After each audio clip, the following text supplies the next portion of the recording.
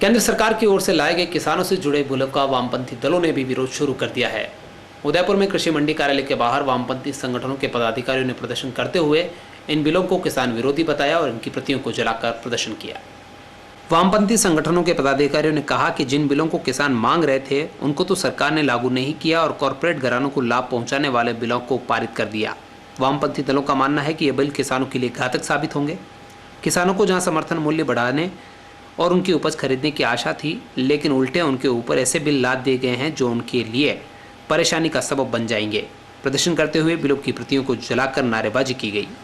जो बिल आया है उससे किसानों का और संकट बढ़ गया है। संकट इस तरह से बढ़ गया है कि उनकी उपज जो है अब कौन खरीदेगा, किस रेट में खरीदेगा। अभी तक उनकी ये डिमांड, अभी जो एमएसटी लागू हुई है उस पे किसान को पूरा फसल जो है उस भाव पड़ती ही नहीं है जिस भाव बेचने की बात कही जा रही है। तो ये सारी बातें थी।